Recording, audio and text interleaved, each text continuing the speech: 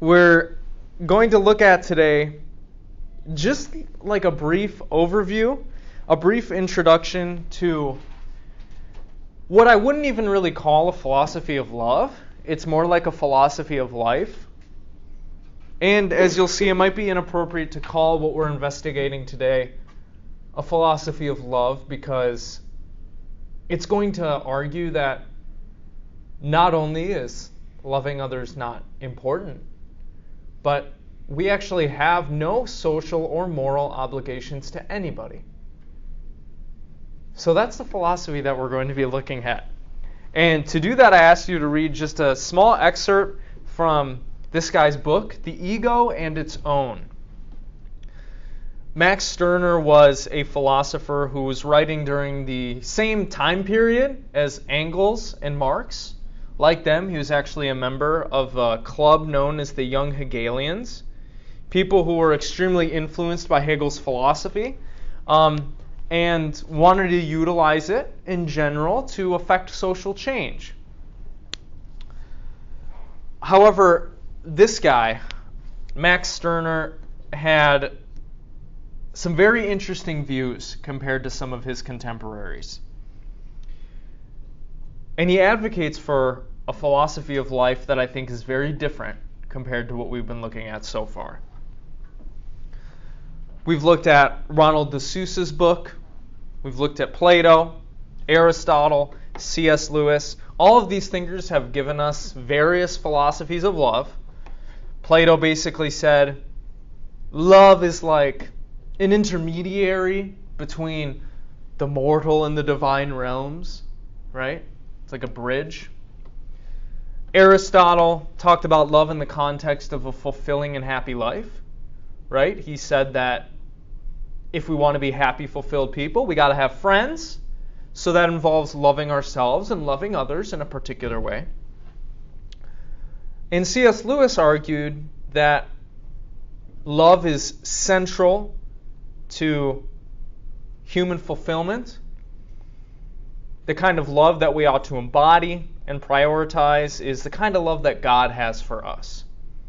The love that underlies His creation of the universe, His Son's suffering and death on the cross, etc.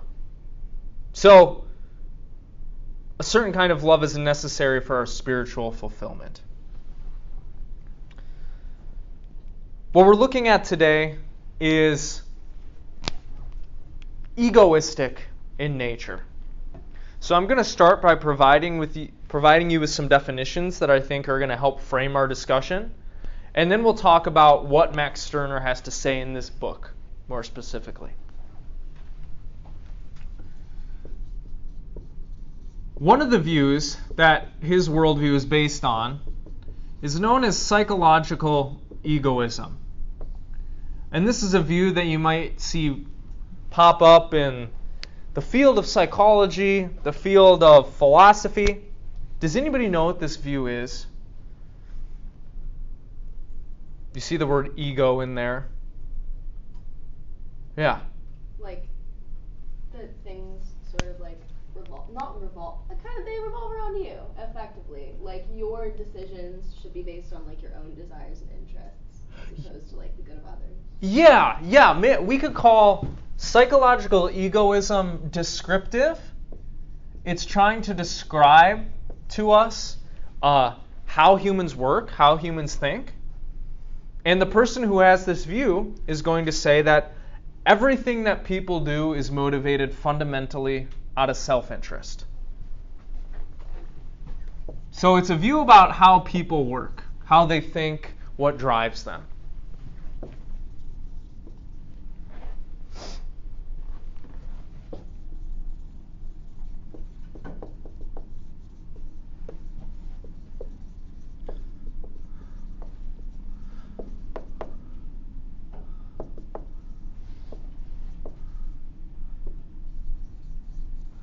So this view is going to say that everything that humans do is based, at least in part, on self-interest, on making themselves happy, fulfilling their own goals, satiating their own desires. So somebody who's a psychological egoist would say, in everything that you do, really you're trying to do it for yourself. At least in some small way. They're going to vary on how much room this takes up in your motivation. But the reason why you're sitting here today is because you're doing something for yourself, whether you realize it or not. The reason why you wear the clothes that you do, have the relationships that you do, dress the way you do, think the way you do, all of this stuff is aimed at self-interest, improving your own condition, improving your own lot. So everybody's fundamentally motivated to look out for number one. That's how humans work. That's what this view says. We can contrast this view with a similar one that's known as ethical egoism.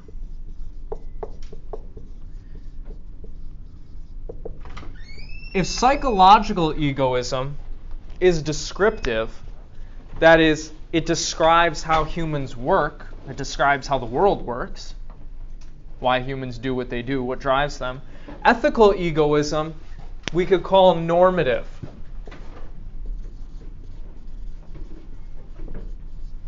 It's the view that this is how you should live your life.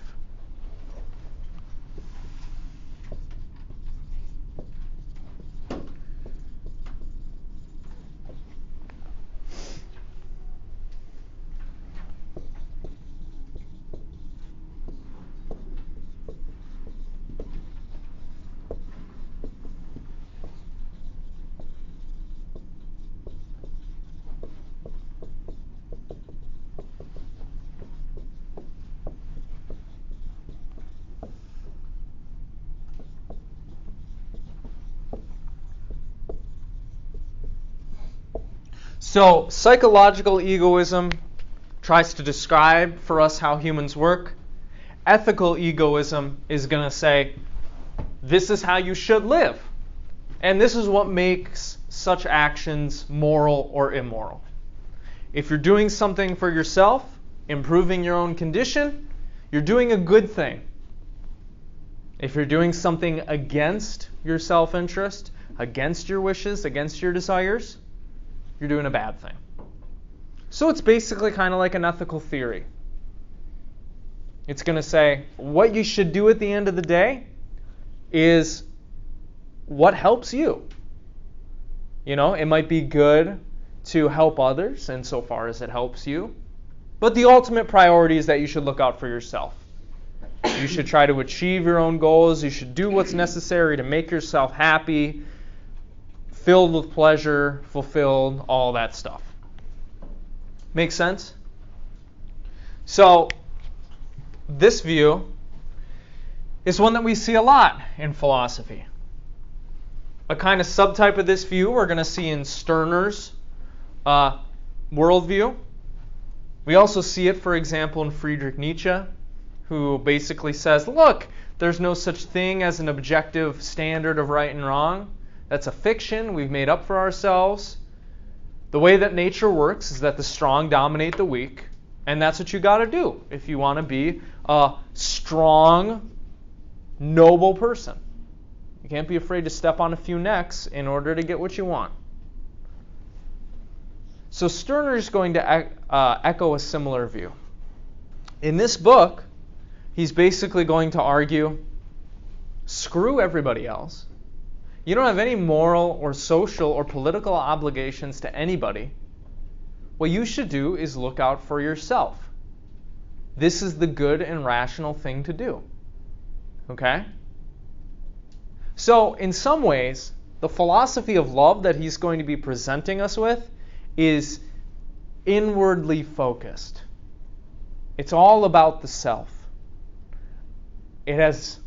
It's not directed, it shouldn't be directed to anybody out there, because you don't have any obligations to those people. The philosophy of love he's going to present for us is kind of the inverse of what we've been looking at so far. Not focused on others, showing up for others, strengthening our relationships with others, but on Stirner's view, it has everything to do with achieving autonomy, freedom for yourself. Doing what you want to do for you. Does that make sense? Cool. So, in order to break this down a little bit further, we could say that the kind of egoism that Stirner encourages is the view that humans ought to act for their own self-interest above all else.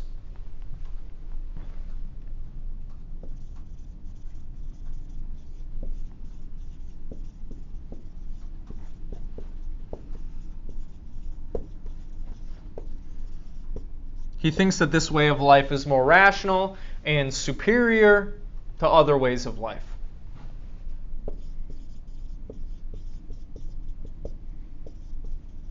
And as we'll see, this view falls out of his understanding of how he thinks the world works and his belief that there really is no such thing as God. There is no objective standard of right and wrong.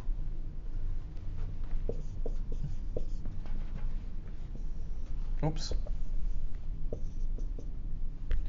In his writings, he defends a way of life that he calls ownness.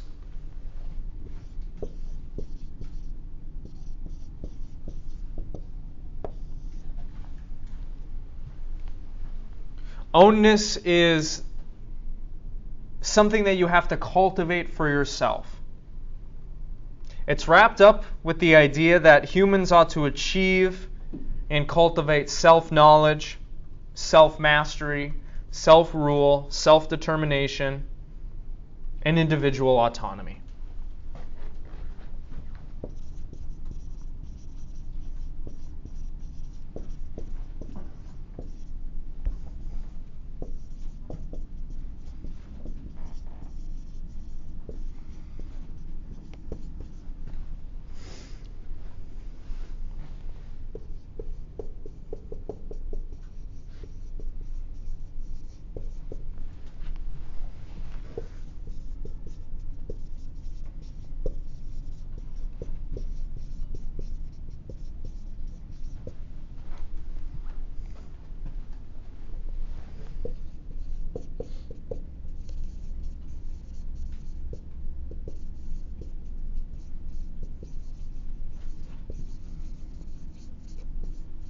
So basically what Stirner is going to argue is, above all else, you should love yourself and look out for yourself. You don't have any obligations to love other people, to do anything for anybody else. The most superior way of life that you could live is one that is incredibly just inwardly focused.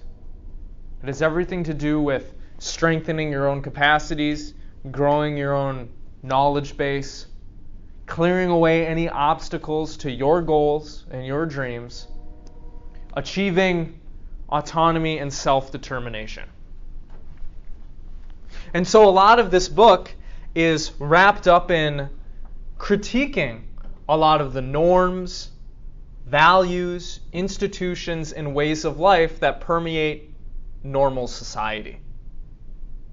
The kind of way of life that he's going to be arguing for is fundamentally incompatible to everything that you see around you and how we think humans should live.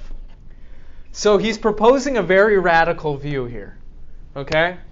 As we get into his critiques of Western society and his critiques on how humans are living, this will become clearer.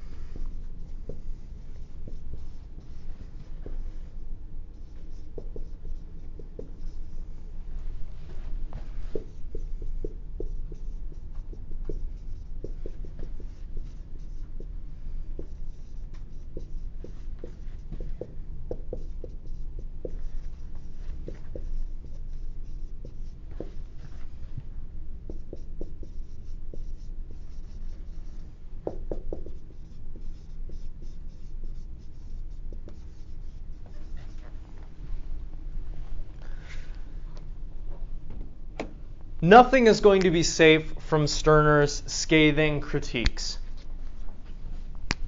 He's going to criticize the way that we currently live, the way that humans currently think in Western society, the fictions that our societies are based on, our economic systems, our social systems, our values. What he's going to propose in this book is an extremely radical way of life. Bless you. A way of life that completely overturns everything that we think we know about what it means to be a good, rational person. Does this make sense so far? Any questions? Okay, well, let's get into it, because he's got a lot of interesting, spicy things to say that I want to get your opinions on. There are a number of great resources on YouTube about this guy's philosophy. I would highly encourage you to read them and to watch those videos, because I'm only going to be able to offer you just a very surface level view here, very general, sketch.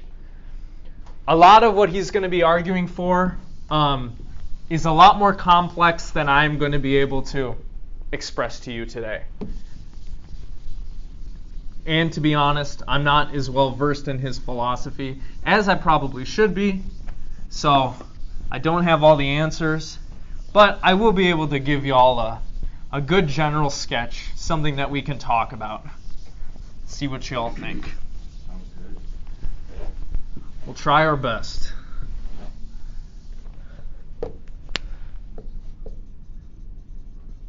This reading was made all the more difficult because I kind of assigned you something in the middle of this long book, in which he's already done a lot of argumentation and analysis up to this point. But I think I'll be able to explain it to you, at least a little bit.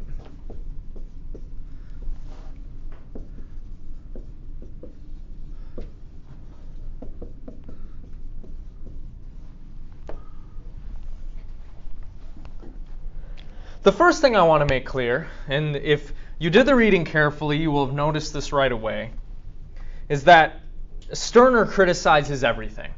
Okay? The church, the state, political ideals, Christianity, communism, capitalism, all of the institutions, organizations, and ideals that our society is based on.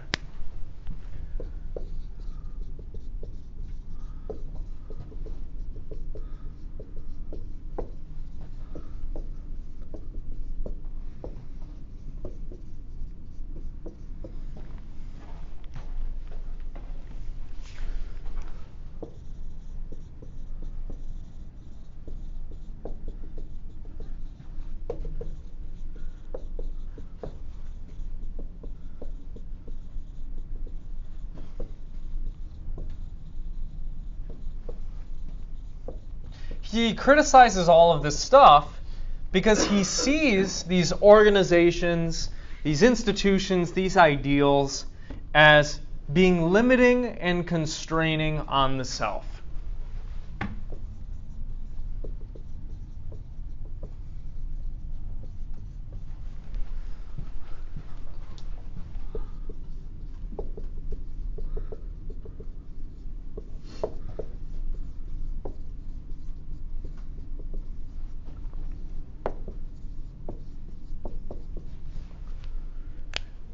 The societies in which we live, he notes, place all of these obligations on us. They condition us into particular worldviews, into having certain concepts, certain ideas about what is real, what is acceptable, how we ought to live, who we are, what kind of life is acceptable for us to pursue. All of these structures, concepts, ideas, ideals, these things are imposed on us by society, by our education, and by our social conditioning.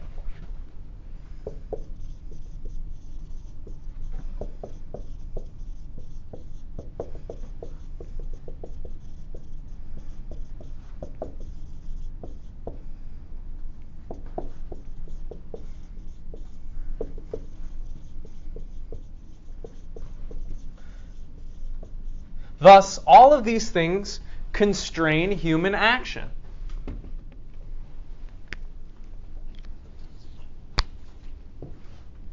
You could live any other number of lives, right? But instead you live kind of a particularly constrained life in which you obey most of the laws of society, right? You have certain moral views about what you think is right, about how our society sucks, about who you should vote for, all of this stuff. Basically what he's saying is we can't escape being socialized into these constraining ideas, concepts, and institutions. These things that limit human freedom.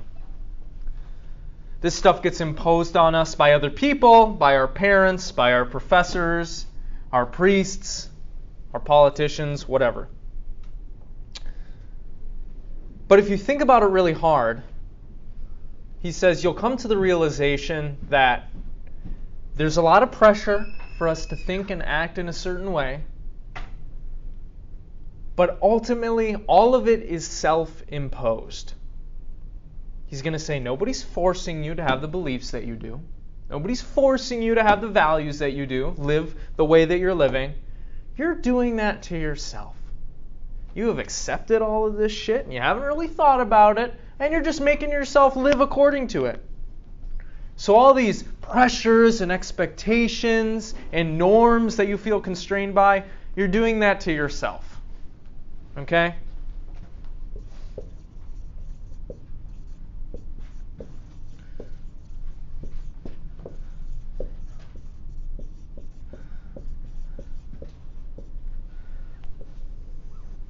He says only the self can suppress ownness.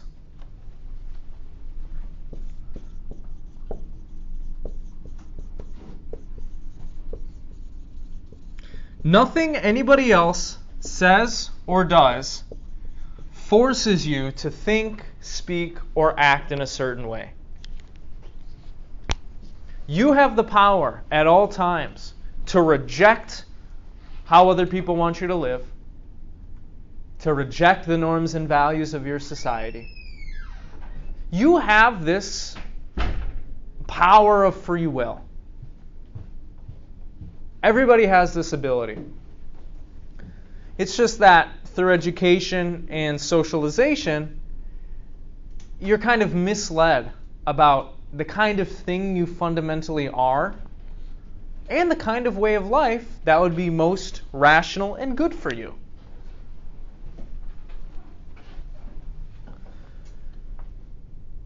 Because the thing that you are fundamentally, this self, is not something that can be captured with any words or categories or ideas. I could say, you are a white male. Does that capture who you are? No. If I said you're a woman, does that completely capture what you are? No. If I said you're a Democrat or a Republican, you're a Christian or an atheist, does that encapsulate the thing that you are ultimately? Stirner's going to say no. He's like, obviously not. Okay, none of these words or categories that we use actually give us a real sense as to the thing that we are. He calls the self a creative nothing. It has no essence, no definable characteristics, but yet it can do stuff. It can initiate processes in the world. It can make things happen. It can get things started. It can create things. So we are, in a sense, each of us, a creative nothing. a self that has kind of this ultimate power or ability to bring stuff into existence, to affirm or reject, to kind of do whatever the hell we want, right? I mean, obviously we can't fly, but you know what I mean, right? So we're fed a certain story about what we are, but this story is a lie. And this story causes us to constrain ourselves in how we live and how we think. What he's kind of bringing up here is a concept that's known in existentialism as transcendence. What transcendence recognizes is that you are not equivalent to any of the terms or ideas that describe you.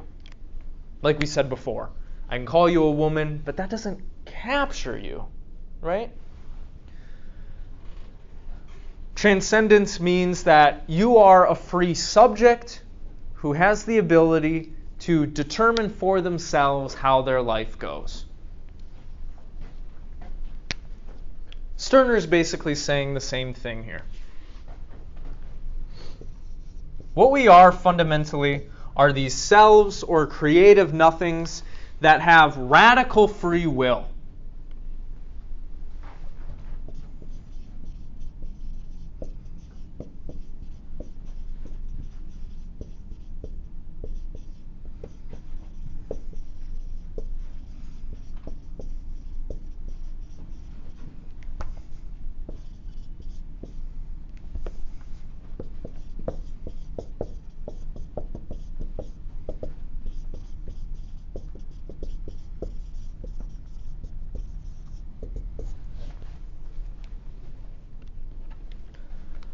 The self, this creative nothing, is radically free to appropriate anything in its environment.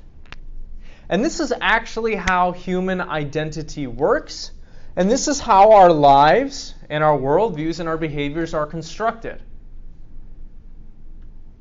What selves do is they look out at things outside of them, and they appropriate those things into itself. So you are a woman in some sense because your mind has taken certain ideas and values and brought them into itself. Or you're a man because you've taken certain norms and roles and you've brought them into yourself.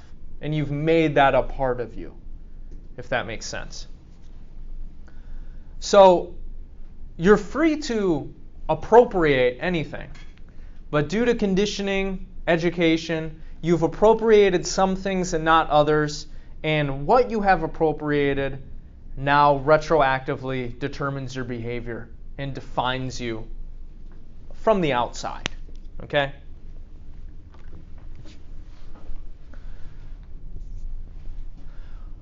Stirner is proposing here a strange metaphysics. Okay?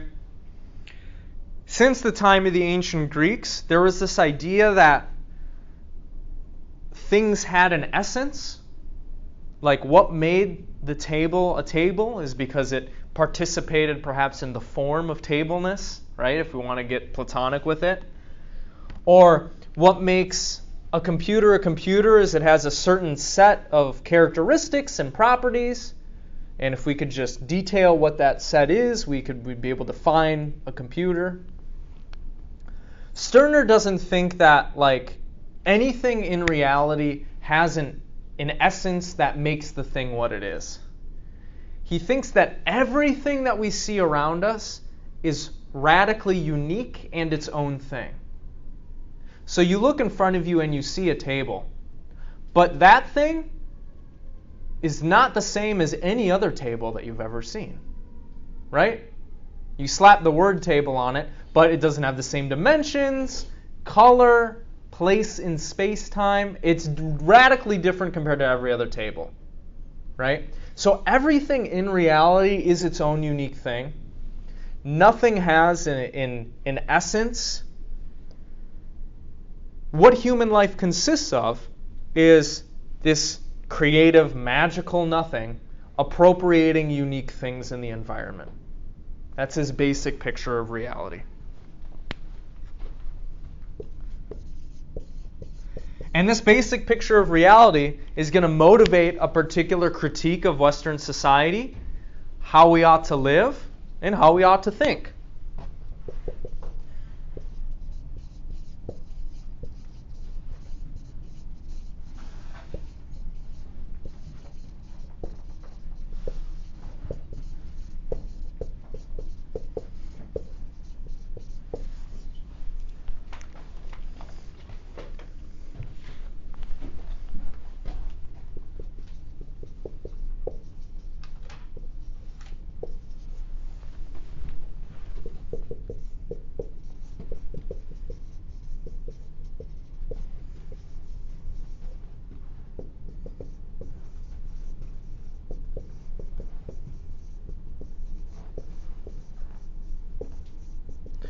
So we find ourselves in a universe in which everything is its own thing, everything is unique,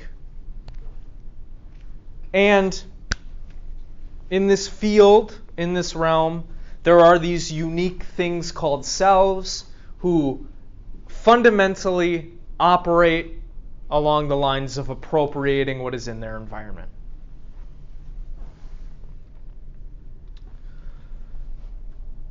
That is his basic fundamental picture of reality. The problem is, we don't recognize this fact. We don't recognize that this is what makes up things in the world, how things are. Instead, due to tradition, religion, culture, socialization, we're basically brainwashed into believing in a bunch of fake things that don't really exist. We are brainwashed into having what critical theorists would call a false consciousness, a false understanding of how reality actually works and what the fuck all this stuff is. Okay?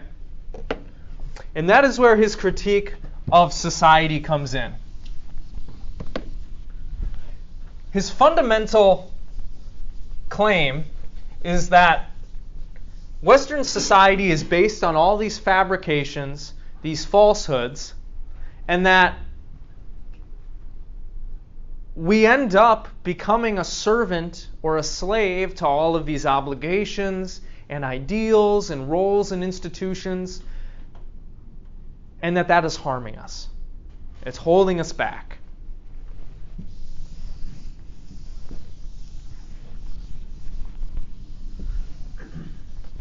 This is true along social, political, religious, economic lines, all domains of human life, basically. In normal human life, we are ruled, and we play the role as servant or slave.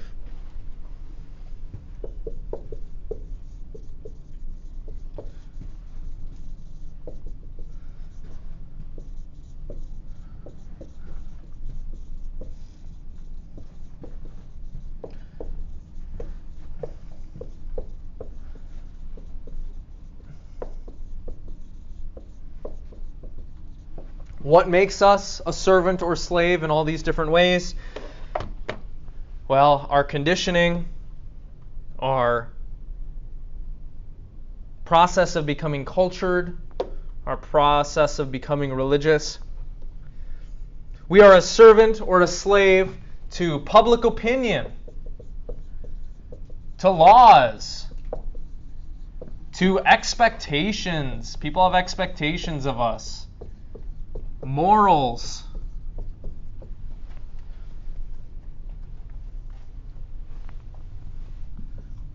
Certain social roles, right?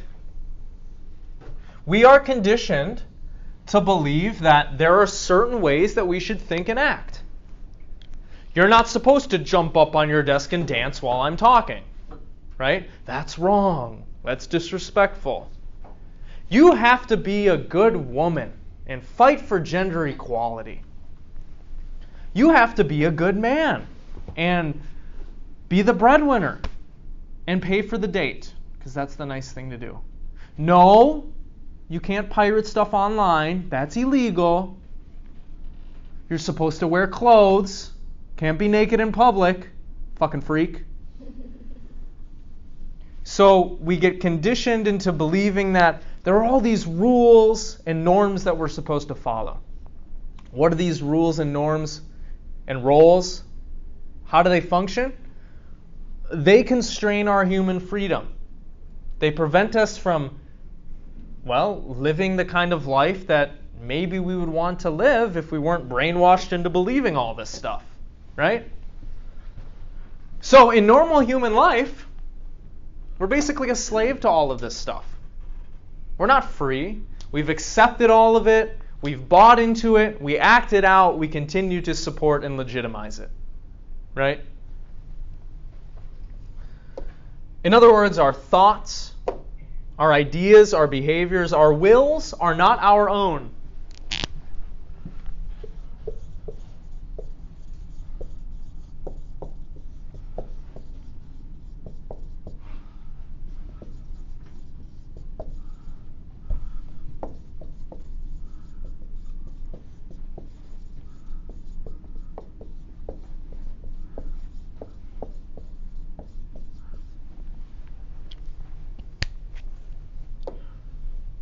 Why do you behave the way that you do? Well, you feel like you have to, right? There are all these pressures on you. There's social conditioning. The ideas that you have about the world, you didn't come up with those, right? The vast majority of them you learned through school or what your parents had to tell you. Whether or not you think God exists, what the best economic system is, you didn't come up with any of this. It was kind of transmitted into you through the processes of conditioning and education. So you're filled with all these ideas about how the world works, how you're supposed to live, and that causes you to basically be a puppet in somebody's game. You're not thinking for yourself.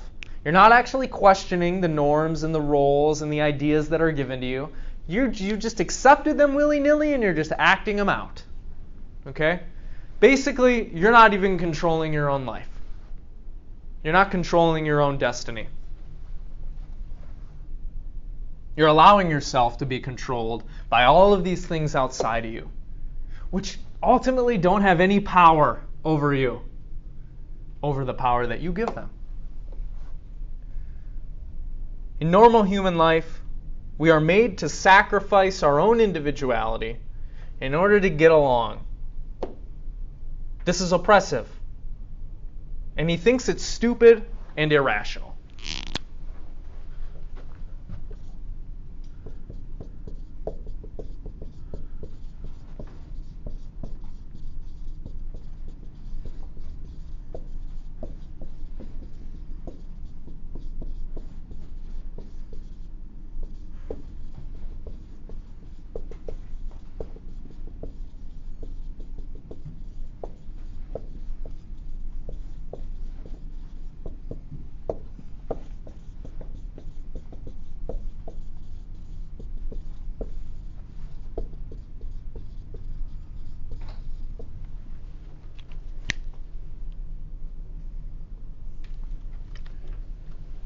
In actuality,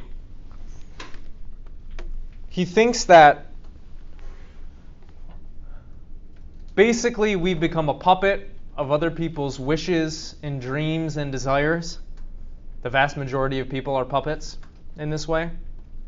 And what's even worse is it's not even that you're just sacrificing your own individuality. You're doing that based on things that aren't even real, that are just fabrications, human inventions. He calls these spooks. I know, that language maybe might remind you of a slur or something, but he's not calling anybody a slur.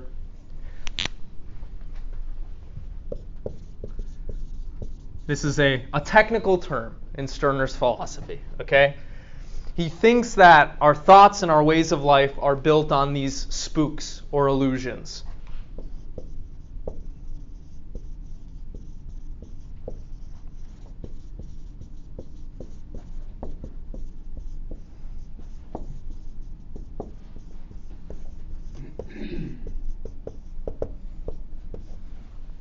things like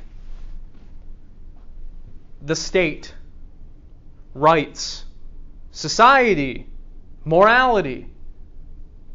All of these things are just concepts that humans invented. Okay? What the hell does the word mankind mean? What is that?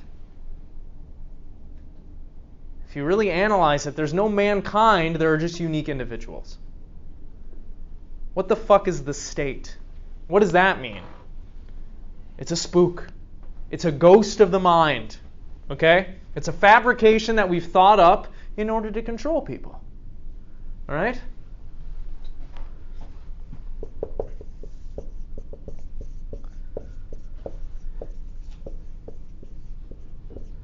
All of these things he think lack realness. They're not really real. Not like that's real. You know, not like that's real. Canister, what is that? That's just a label for something that's real. You know?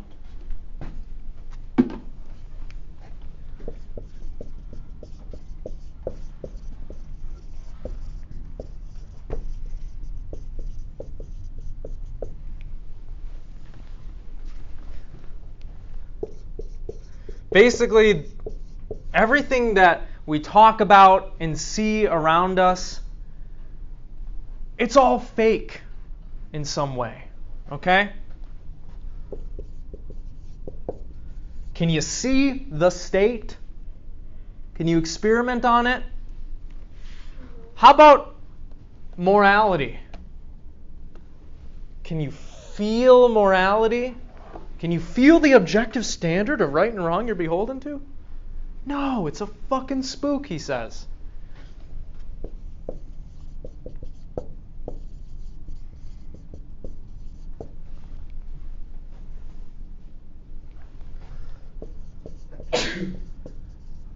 Bless you.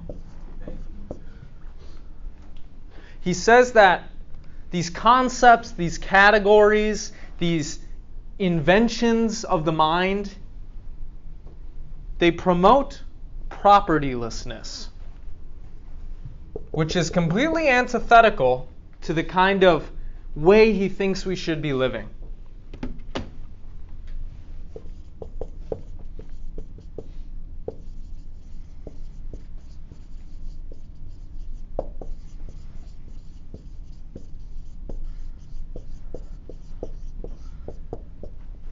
What kind of way of life does he think we should be living? Well, one in which we actually recognize the thing that we are, and which reckons with the truth that nature is cruel. Those who have more power or wit determine how their lives go, take from others, do what they need to do. The way that we should see reality is that there is you, and then everything outside of you is just property to be acquired or appropriated, including other people. Everything you should see as something that you can use. That's the view that you should have of these things, because that is how you live and operate, right? He thinks that people just do things out of self-interest anyway. We just lie to ourselves about it. It's high time we're truthful about how we're actually engaging with others and doing things and leaning into it. Because at the end of the day, all that I'm doing is for myself, all that you're doing is for yourself. Why do we need to dress it up in all of these comforting lies and concepts? No, that stuff is just holding you back from actually doing what you want to do. Making your life what you want it to be. There is no God. There is no objective standard of right and wrong. There are no sacred things. None of this is real, okay?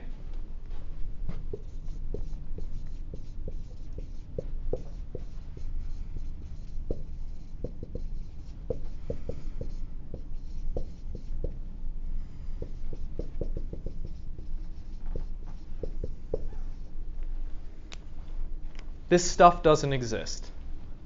It's a story that has been fed to you so that you can be controlled by others. The only things that exist in reality, really exist, are competing, self-interested wills going up against one another, battling, in conflict. And those weird, unique things that we, use and throw around.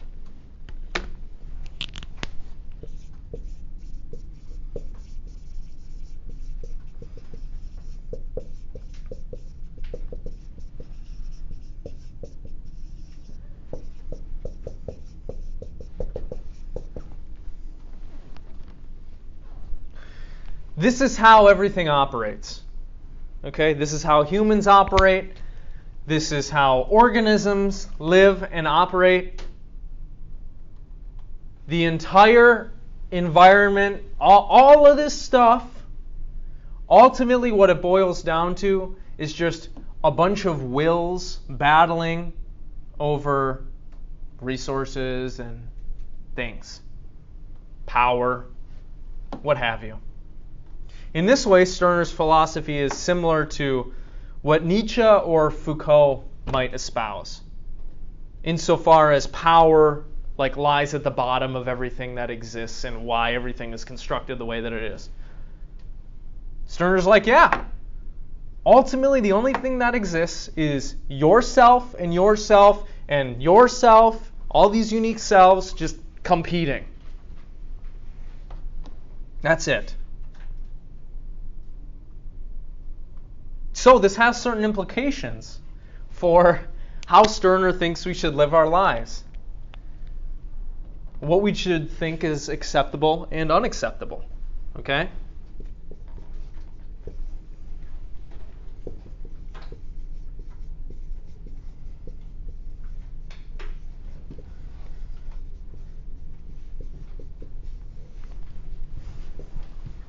Because all that really exists are these competing wills, these competing creative nothings. What does that mean? It basically means that all our beliefs about what's good and right and true are wrong. We're not obliged to love people. We're not obliged to feel a certain way about anybody. We're not obliged to do anything for anyone. We are not obliged to sacrifice our own self-interest for anyone else. Okay? We are not beholden to being nice or respectful or fighting for justice or any of this crap. No. All that exists outside of us is property waiting to be acquired. The question is, are you going to appropriate it for your use or not? Let me read a section from this work. On page 147, there's a third full paragraph. How now? Has anybody or anything whom and which I do not love a right to be loved by me? Is my love first, or is his right first? Parents, kinsfolk, fatherland, nation, native town, finally fellow men in general, brothers' fraternity. All of these assert that they have a right to my love and lay claim to it without further ceremony. They look upon it as their property, and upon me, if I do not respect this, as a robber who takes from them what pertains to them and is theirs. I should love. If love is a commandment and law, then I must be educated into it, cultivated up to it, and if I trespassed against it, punished. Hence, people will exercise as strong a moral influence as possible on me to bring me to love them. And there is no doubt that one can work up and seduce men to love as one can to other passions, if you like, to hate. Hate runs through whole races merely because the ancestors of one belong to the Guelphs, Those of the other to the Ghibellines. But love is not a commandment. But, like each of my feelings, my property. Acquire, that is, purchase my property, and then I will make it over to you. A church, a nation, a fatherland, a family, that does not know how to acquire my love. I need not love. And I fix the purchase price of my love quite at my pleasure. So, contrary to Lewis, contrary maybe to De Souza and Aristotle, we're not obliged to love anybody. That's stupid. We have control over what we think and do, or we should. Nobody else has a right to lay any claim to that. How we should live, instead of making up these moral ideas and norms and imposing them on others, is let people live and think however the fuck they want to live and think. We shouldn't expect anybody to do anything for us. We shouldn't expect anybody's love. We shouldn't expect anybody to be nice. This natural world in which all there is are these competing wills is cruel. Nobody has a right to anything. Nobody can lay claim on what is yours, he says. That includes your will, your love, your actions, your thoughts. Thus, the only relation that holds between people, and that we should respect if we respect anything, is utility. That's all that matters. There is no objective standard of right and wrong baked into the universe that we have to follow. There isn't a law of nature that says we should respect each other and love each other, or we should promote justice and equality. No, the way the universe works is things are competing against one another for power, resources, capital, etc. We should be honest about this. Okay, this is how the world works. This is how human life should work too. People use each other, and they cannot avoid doing so. In fact, this is all that we do at the end of the day, and all we should really care about. Do you provide any use to me? If not, kick you to the curb. Is somebody in my life just a real drain? Get rid of them.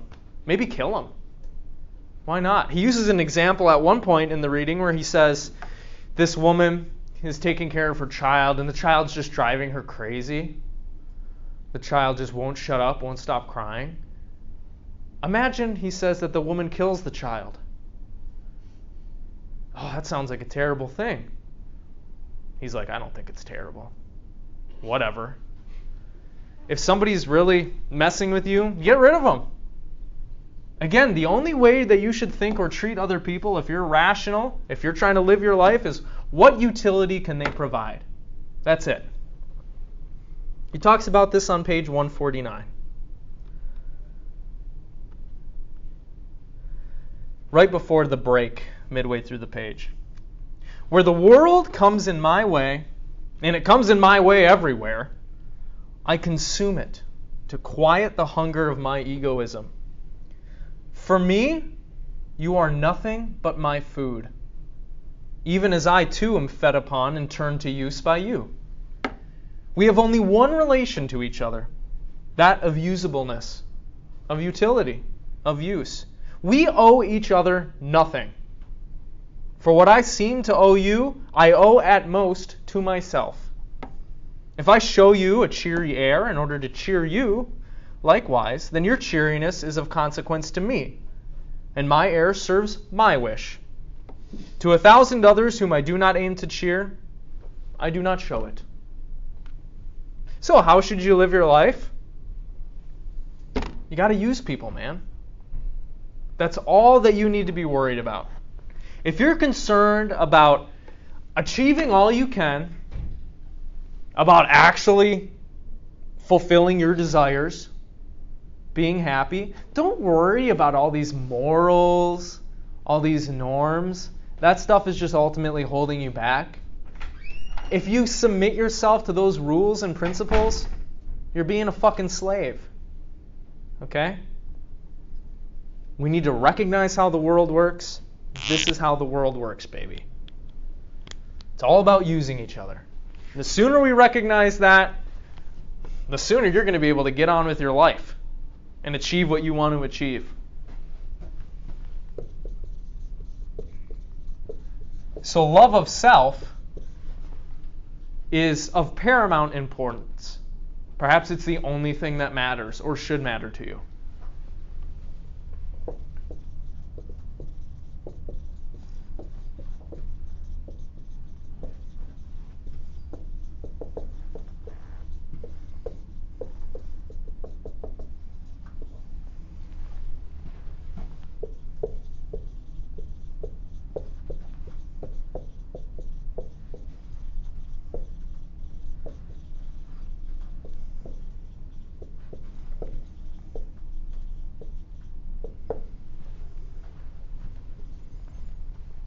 And he's not saying this because, this is some standard that we should live by that is outside of us. No, he says that we should live this way because he thinks this is actually how the universe works. The lion doesn't say, "Mr. Gazelle, could I have your hind end for dinner?" No, it fucking kills the gazelle and eats it. Okay? The plant does not ask the plants next to it, "Could I have some of your nutrients? Could we share?" No, the plant grows its roots over there and takes it for itself. The bird does not host a nice foliage picnic for his insect brethren. The bird eats the insect because it's hungry. This is how humans work too. We're just too afraid to admit it to ourselves. And we dress it up in all these niceties. Gotta be good, gotta love, gotta obey the laws. No, at the end of the day, we're just like those natural things. And if we allow ourselves to become slaves to these ideas, principles, we're only holding ourselves back. We're just being stupid. Okay? This is how the world works.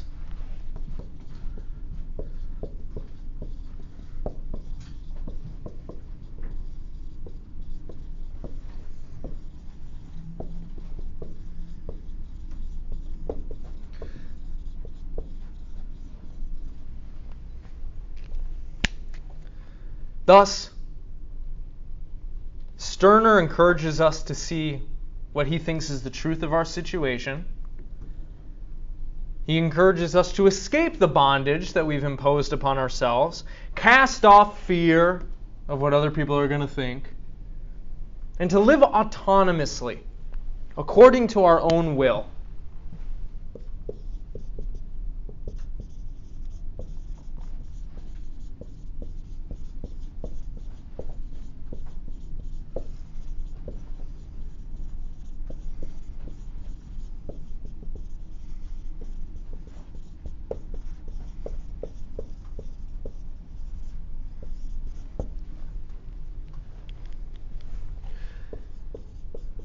Because all these rules, ideas, concepts, spooks that are just, again, fictions, are self-imposed constraints on our free will. And they're not doing us any good. Okay?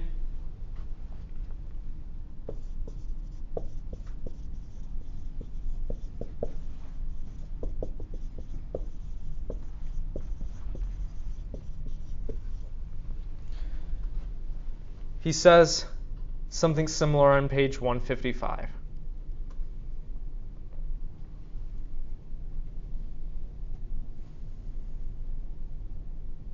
Second full paragraph. No. Community, as the goal of history hitherto, is impossible. Let us rather renounce every hypocrisy of community and recognize that if we are equal as men, we are not equal for the very reason that we are not men. We are equal only in thoughts, only when we are thought, not as we really and bodily are. I am ego and you are ego. But I am not this thought of ego. This ego in which we are all equal is only my thought. I am man and you are man. But man is only a thought, a generality. Neither I nor you are speakable. We are unutterable, because only thoughts are speakable and consist in speaking.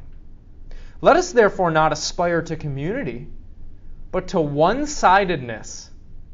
Let us not seek the most comprehensive commune, human society, in which everybody's equal, whatever. But let us seek in others only means and organs which we may use as our property. As we do not see our equals in the tree, the beast, so the presupposition that others are our equals springs from a hypocrisy. No one is my equal, but I regard him equally with the other beings as my property. In opposition to this, I am told that I should be a man among fellow men. I should respect the fellow man in them. For me, no one is a person to be respected, not even the fellow man, but solely, like other beings, everyone is an object in which I take an interest or else do not. An interesting or uninteresting object, a usable or unusable person. Rose got NPD. I think. Methinks. So, Stirner thinks that, look, we're basically living a lie, and we're living a lie that's harming us. Cast off all of these ideas you have about moral and social obligation.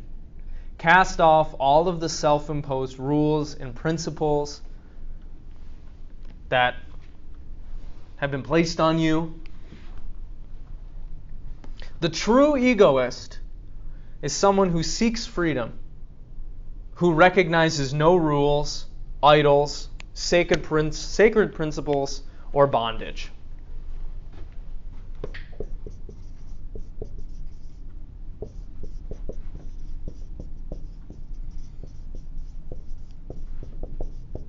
Because in some sense, the true egoist recognizes that they are the sole shaper of their own reality.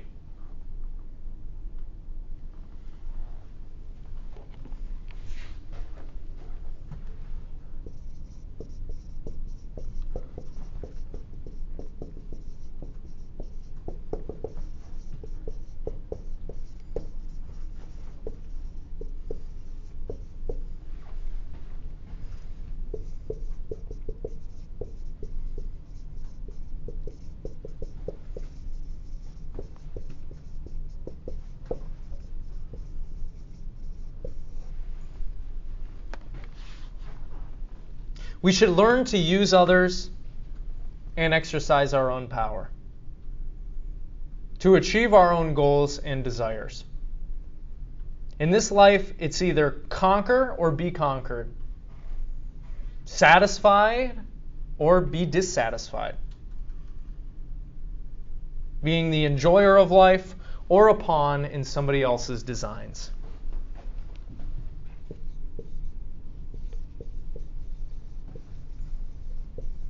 If you love anything, you should love yourself. Not only above everything else, but maybe only yourself. None of this other stuff, loving it is going to help you. Loving it is just going to hold you back. And you're not obligated to love anybody else. Not obligated to love your family, your parents, your children, or your siblings, whatever. Certainly not obligated to love your fellow man, he says.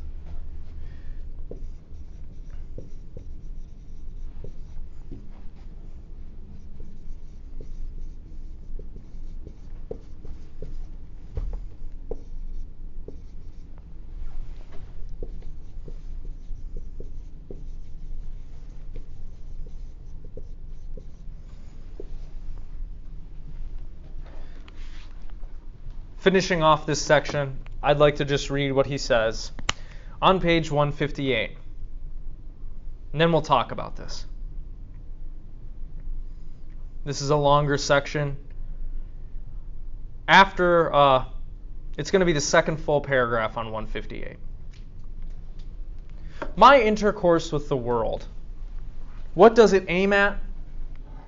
I want to have enjoyment of it. Therefore, it must be my property. And therefore, I want to win it. I do not want the liberty of men, nor their equality. I want only my power over them.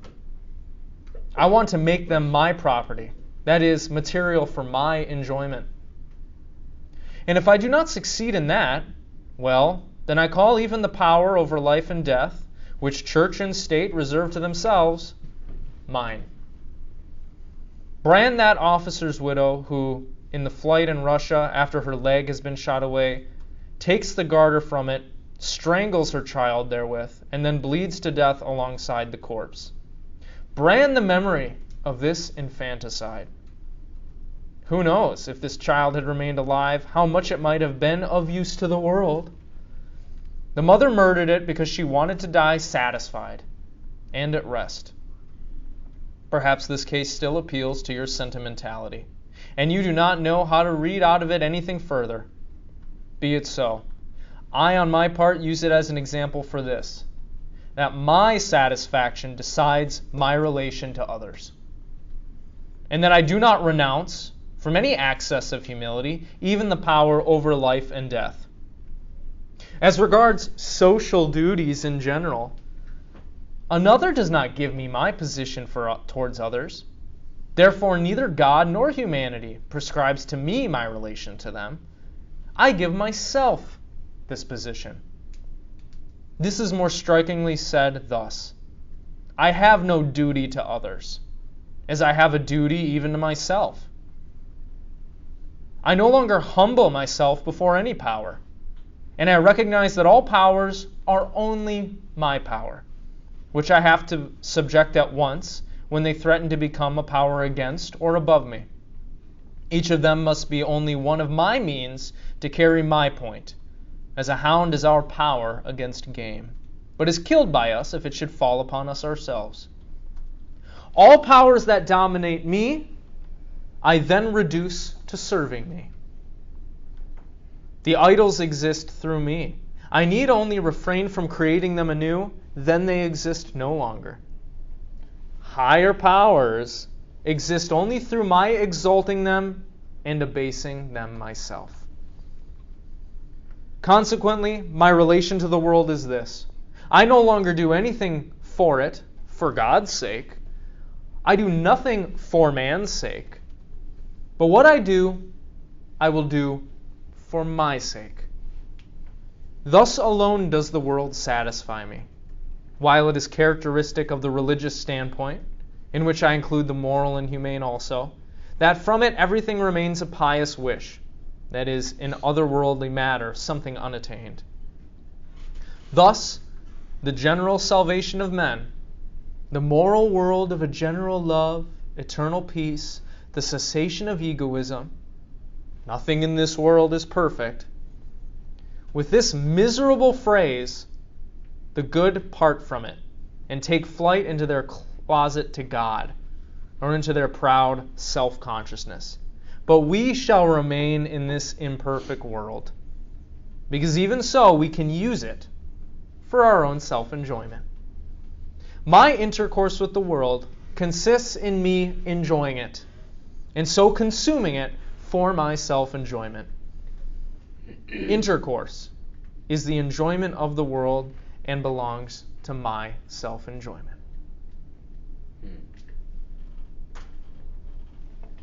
So if you love anything, love yourself. Loving others isn't going to get you anywhere. You probably think you have to love others. Well, that's a lie. It's just going to hold you back. You should see the world as existing for your sake, as property to be appropriated.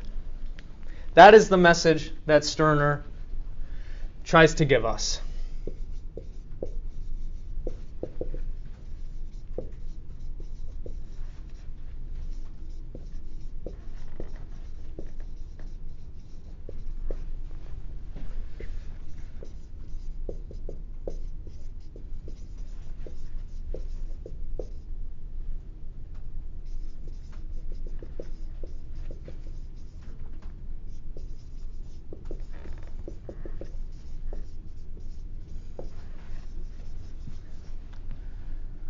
What do you think of this view? Do you like it? Does it resonate with you? Yeah. For a while, I was agreeing. Sure. Like I do believe that structures, concept, values, institutions, laws, etc., are imposed on people. I do believe that society is socially constructed, and that social construction is often not perceived. It just happens. Like I mean, we look at every civilization before us. They believed things that we know now are complete falsehoods. Just how it is. However, I disagree that we shouldn't have a bit of structure. Like I said this last time, one time to you before class, I said, this sounds to me like this. It makes sense on the level that anarchy makes sense. It's like, I kind of get what you're putting down, but not really, because I'm reading a lot of books on game theory, and in game theory we have a concept where we willfully take on obstacles to make possible the struggle against them. And this is totally great because every single game that you play is for enjoyment and for fun, whatever that is, often. And yet we always willfully take on obstacles to make harder that struggle. So I think a little bit of constraint is good. Okay, and maybe necessary. Right. To our satisfaction or fulfillment. Right. I think he is like correct in saying that society is malleable and can therefore be wrong, which I think is correct. And we can always change and warp society and its social norms to make it more to our perceived correctness, whatever that perception is during that given time. But I don't think it's all that bad as he's saying. So maybe you disagree that all of this stuff is actually really like holding you back and being bad for you. Maybe you disagree that we should live like this and that we should encourage people to live in this very egocentric way. You think that too? I don't agree with this last bit here of him talking about this, but I get his. We are born and we are told this is how society is, and we believe it for a time, and then we get to college and we realize, oh, that's not exactly how it is, and then we et cetera, et cetera. Yeah. I think what he fails to realize is that society incentivizes greed and acting like a selfish asshole all the time. Oh no, he recognizes that. Yeah. Well, I think his premise is kind of off, because like if we didn't have government, if we didn't have like all these like news and like all these other societal things that are like incentivizing you to be greedy and like incentivizing you to be selfish. Yeah. I think people would be way less selfish, and like if there was like That's interesting. Like societies where people kind of have their own like little tribe and kind of kingdom, and they have their own like little rules there.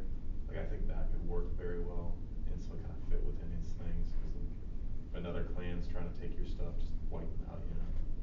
So what you're echoing there is something like what Rousseau says in his Discourse on Inequality, where he implies that there's a real sense in which society corrupts us and like makes us greedy and fills us with these artificial needs and complicates things and places these pressures and expectations on us. So I hear that in what you're saying. Yeah, I think our structure incentivizes greed and psychopathy, right? But do you think humans are naturally self-interested, naturally bad, naturally good, and cooperative? He thinks humans are naturally self-interested, and they're going to fight, and they're going to compete.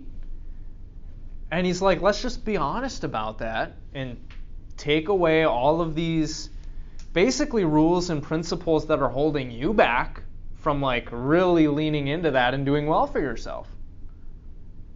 I don't know, because like I can understand it, like what he's trying to say, but like that last little thing that you said, how like humans compete and all that stuff, they go off their own self-interest. I like have an example of like my little baby niece who was like 2 at the time. Can't really understand most things, she wasn't taught much of anything. But her, I had another cousin there, and he's like a little bit older, like a couple months, and he was cold, and she gave him her jacket without him even asking for it. So Okay. if you're like going off of that, like, why would you give him your jacket when you need it? You know what I mean? But she just did it. No one told her to do it. So No one taught her to do it. yeah, maybe you disagree with his claim that humanity fundamentally is just completely self-interested. Yeah. And that's how things work. Yeah. You're like, no, actually there's some altruism there. Mm-hmm. You know? I feel like as you get older, maybe, but I feel like you don't start out that greedy or that self-interested. Okay. I feel like it's taught. Okay. Yeah. I agree with that point, that I believe that humans have we're living creatures, so we have a set of basic needs, right? Like the comparisons that you were making earlier about a lion and a gazelle, or a plant stealing nutrients from another plant. Yes, of course we have that innate desire to take care of ourselves and survive. But what I also think is that, like we were talking about in our last class, that being able to communicate with one another in such a sophisticated level is an inherently human thing. Yeah. Only humans can be sympathetic, and only humans can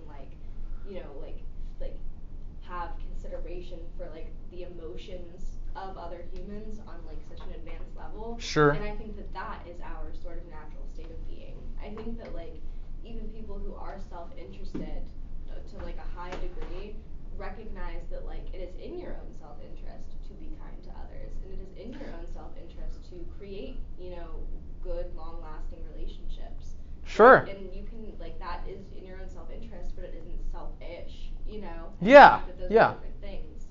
And I think that he's kind of encapsulating all of that kind of behavior into one sort of defining thing. This is how humans are. But I think that you can't put us in a box like that. I think that humans are. I think in a way that's labeling. I think in a way that is Okay.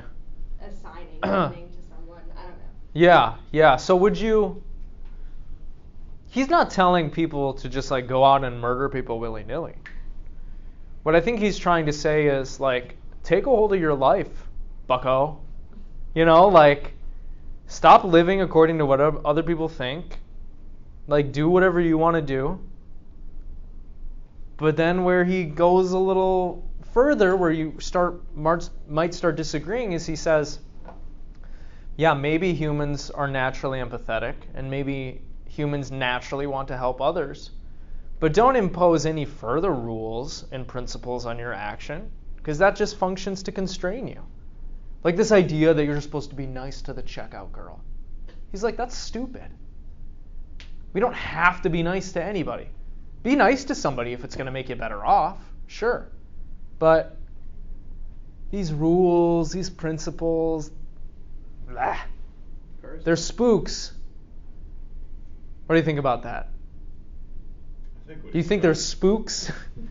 I think what he's trying to say is every action you do on some level, there's some selfish intent behind it. Even if it's For not, sure, he even would if say it's, that. not your primary intent. Even helping a homeless person, giving them a little bit of money to eat. Right, it makes you feel good, right, to help them out. Yeah, you don't get anything in return, but you kind of feel better knowing oh, this guy's not going to suffer tonight, Yeah. So does that mean we should do away with rules and these principles and just say, screw them all, I'm not going to live how society wants me to live. I'm going to do my own gunner thing. What do you think? I think that you could do that, but I think that would only work out for you in a version of reality where everyone's doing that, right? Because we don't live without consequence. And That's true, yeah. Not everyone would ever not every single person would ever believe and follow these ideals, because there are people who are genuinely altruistic, who don't even need to be told to, who don't need structure around it. You know what I mean? And I think that I don't know, if you're just fuck everybody, fuck everything, I'm gonna do my own shit, whatever, you would have to then, rely on everyone else to respect that. Because you could say that I'm not going to abide by laws, but we still live society. Like you're going to. Right, there are consequences to our actions, right? Yeah. So maybe we could say, like, even if what he's saying is true, living like this wouldn't be good for you because look, we do live in a society, Yeah. and you do some messed up shit, you're gonna get imprisoned and maybe killed, right? So there are consequences. I feel like there's less extreme ways to live it out without being in prison. Yeah, probably. As long as you're careful, about. I see good in not like I do think that people act in self-interest all of the time. Yeah. I believe in that. So you believe that is one of his fundamental axioms. You think that's true? Yes, and I was sitting here agreeing with that, and like that we constrain ourselves, we discipline ourselves, like that idea that I think Foucault said it too, like disciplining yourself. So discipline and subjugate ourselves to these social Yeah. structures. I'm on board with all of that, and I do think that people need to recognize that they live in self-interest more than they do. I think that people act like they are above others. Like it's more, they're acting more in self-interest by acting like that they're above it. By lying to themselves, Yes, yeah. and they constantly are. And I think that when it comes down to like any relationship you have with anyone, you're always gaining something from it. There's a reason you became friends with that person in the first place, and it was either to just gain social interaction or maybe you were working on something together. There's a gain in it no matter what. And that's what I just feel like people need to own that more. So would you say it would be a good idea if people started to internalize this view that, look, the way you treat people is like property? Like you should be honest with that. I think being honest gives you the ability to own it more, and you gain more from the relationships than if you're pretending that you're better than that. So you're saying there could be really a lot of good that could come with people recognizing this, right? I think that we are fueled by self-interest, and I also don't think that's necessarily a bad thing. Okay. Yeah. Stirner would say, he wouldn't say that's a bad thing. This is just how humans work. But he would say, we need to be honest, people. If you actually subjugate yourself to this stuff, people's expectations, how pitiful. Like you're not being free. You're imposing that on yourself. That's stupid. That's irrational. Face up to the facts. You're a self-interested being. And if you think that, life is a zero-sum game, you might follow him and say, break it all, because living by these rules sure ain't helping me. Especially if you're in poverty or oppressed, right? Then this view might even appeal to you even more. I have a question, so I want your opinion on this. Okay, I'll try my best. Do you think too much of the ego is like poison to like your mind and your soul? Or do you think it's not? Like, could you rephrase that? Do you think thinking too much like egotistically can like cause your mind to like change in a way that will ultimately leave you dissatisfied no matter what? Yeah, probably. Yeah. There might be some people out there who, if they strongly internalize this view, their life would be worse off. Because they're a nice person. And fundamentally, they do get pleasure from helping people out. And I think that, I would say, I feel like people nowadays spend a lot of time overthinking. And like overanalyzing. And that causes a lot of suffering. Like, get outside of your own head. Go watch the new Squid Game reality show or something for a second. I don't know. Come out in November. Right. Squid Game, there's a reality TV show. There's one coming out. Yeah. Did you see that viral thing going around about all the places women don't want to go for their first dates? It's like a list of No. 50 things. No. It has to be made up because it's like they don't want to go like anywhere. Like, nowhere is like acceptable. That has to be made up. Show me the list. It's all over like Instagram or something. It's a Cheesecake Factory. Yeah, the Cheesecake Factory was the number one place. Cheesecake Factory is crazy. It's an overwhelming experience. I would love to go to the Cheesecake Factory. That's what I'm saying. That's why I'm like, it's got to be made up. Get some ass. Yeah. I don't know about that. I love the Cheesecake Factory. I think what we can take away from this view is there are real ways, if nothing else, we could say there are very real ways that you are holding yourself back because you are attached to things that do not serve you. This is fundamentally the Buddhist doctrine, I was about to ask that. right? Through socialization, education, overthinking, you are probably attached to things that do not serve you. You should reflect on your relationship to those principles, rules, people in your life. Should you care more about yourself and your desires and your wishes more than anybody else? I don't know. That's something you're going to have to wrestle with. I found the list. Yeah, it's got to be made up. It has to be. I don't. Does anybody have any final questions, concerns, and then we'll end it here?